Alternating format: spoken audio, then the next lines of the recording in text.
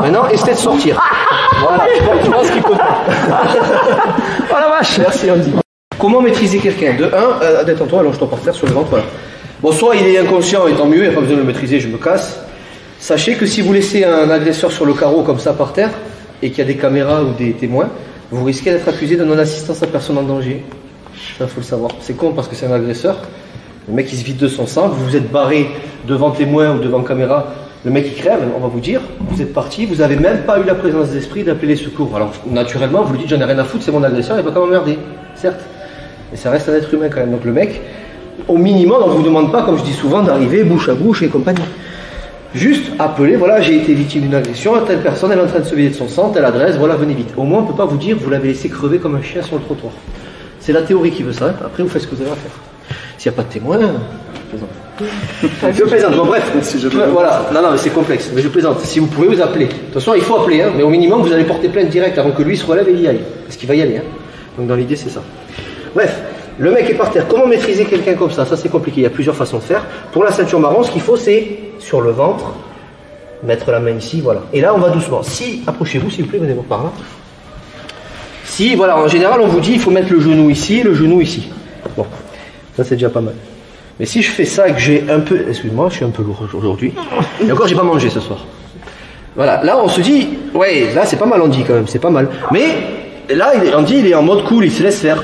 Je vais, voilà, pas doucement. Vas-y, bouge Andy, sors de là, violemment, sors. Voilà, il peut peut-être sortir. Donc pour pas qu'il bouge le jeune homme. Qu'est-ce qu'on... Non, on va doucement. Bon, déjà vous avez des contraintes articulaires, ça c'est pas mal. Voilà, normalement il bougera pas. Vous avez des points de pression par ici, par là. Bon, peu importe. Ça, attention, parce que s'il bouge trop, vous lui cassez le poignet. Ça, c'est ce qu'on appelle les techniques force de l'ordre pour les policiers. Normalement, la personne là, elle ne devrait pas trop bouger. Si je fais ça, j'essaie de bouger, voilà. Il va se marrer, oui. Alors voilà, je plaisante. Alors, je vous montre ça c'est important. Pourquoi? Parce que même si on n'est pas force de l'ordre, il peut arriver qu'on a besoin de contrôler quelqu'un parce qu'il est trop dangereux, vous êtes avec votre enfant ou je ne sais qui, c'est pas évident. Bon, ça c'est la version articulaire de ce qu'on appelle le bec de canne, c'est ça.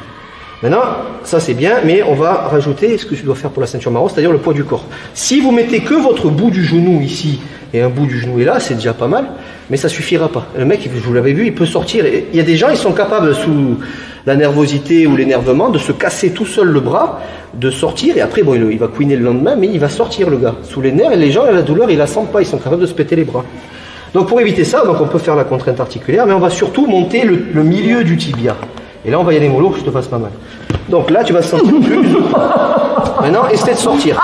Voilà, je pense qu'il peut pas.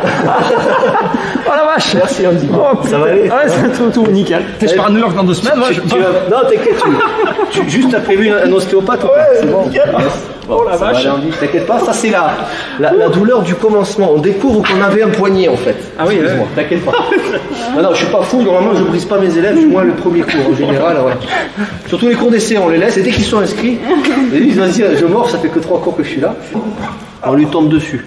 D'accord, normalement on lui tombe dessus. Plein pot. D'accord. Ça c'est militaire pour briser quoi dans l'idée. Donc, ce que je vous disais, là voilà, lui encore ça va. Voilà, il a quand même l'épaule qui monte jusqu'ici. Il y en a, à peine on fait ça, aïe, ça couine. Normalement, pour contrôler quelqu'un ici, il faut que le bras, le coude, soit au-dessus. Il ne faut pas qu'il soit ici, dans l'idée. Maintenant, après, on fait ce qu'on peut avec ce qu'on a, d'accord? Dans l'idée, voilà. Déjà, ici, il y a une contrainte. Donc là, vous avez plusieurs contraintes. Vous avez une contrainte au niveau de l'épaule. On va doucement, tu me dis stop. Stop. Ouais. Voilà, boum. C'est ça. Donc si je fais ça violemment, dans la logique, ça fait très mal. D'accord? C'est pour ça, le mec, s'il c'est un agité, il va bouger, il va se péter lui-même l'épaule, mais il va vous accuser. Il va dire, c'est lui, il a forcé comme un âne. Il va prouver. Pour ça, non, je plaisante. Donc, les points d'appui, genou, tibia dans le creux des reins, dans l'idée, le coude au-dessus, hein, on le tient. Attention qu'il ne vous en mette pas une, hein, donc placez bien. Au moment, il n'y a pas trop d'amplitude, hein, c'est un petit poulet, mais il n'a qu'une aile. Le tibia sur la tête, doucement. Déjà, voilà. Là, regardez, là, on se dit, je contrôle. Là, ça va, normalement, c'est ce... Tu me dis sinon. Ouais. Là, ça va. Là où ça va vraiment commencer à contrôler, c'est votre poids du corps. Mon poids du corps, à moi, mon centre de gravité, il est à l'arrière, il est là, enfin, il est là. Donc si je me penche, je me mets à genoux, il faut que mon centre de gravité arrive sur lui. Je me dis stop, là j'y suis. Donc là on commence à contrôler la personne. On ne contrôle jamais vraiment, il va m'éjecter, il risque de partir, hein, mais c'est compliqué. Il y a toutes les variantes, arrête de bouger avec un doigt dans l'œil, dans la narine, ou j'en sais rien, ça se voit peut-être pas. Bon, ce que je vais vous montrer, c'est la clé, le bec de canne, là, ce qu'on appelle le bec de canne. L'idée, c'est qu'on crée une cale ici au niveau du coude. Donc soit la main, là c'est attention, c'est en plein sur le génital là. Donc dans l'idée, vous créez une cale, mais vous serrez pour pas qu'il vous en colle une. Mais il y a la cale, il ne peut pas reculer. Et à partir de là, vous faites votre bec de canne. Il faut attraper à peu près au niveau des doigts.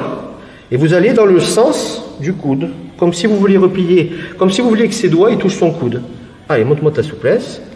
Voilà, et pas souple.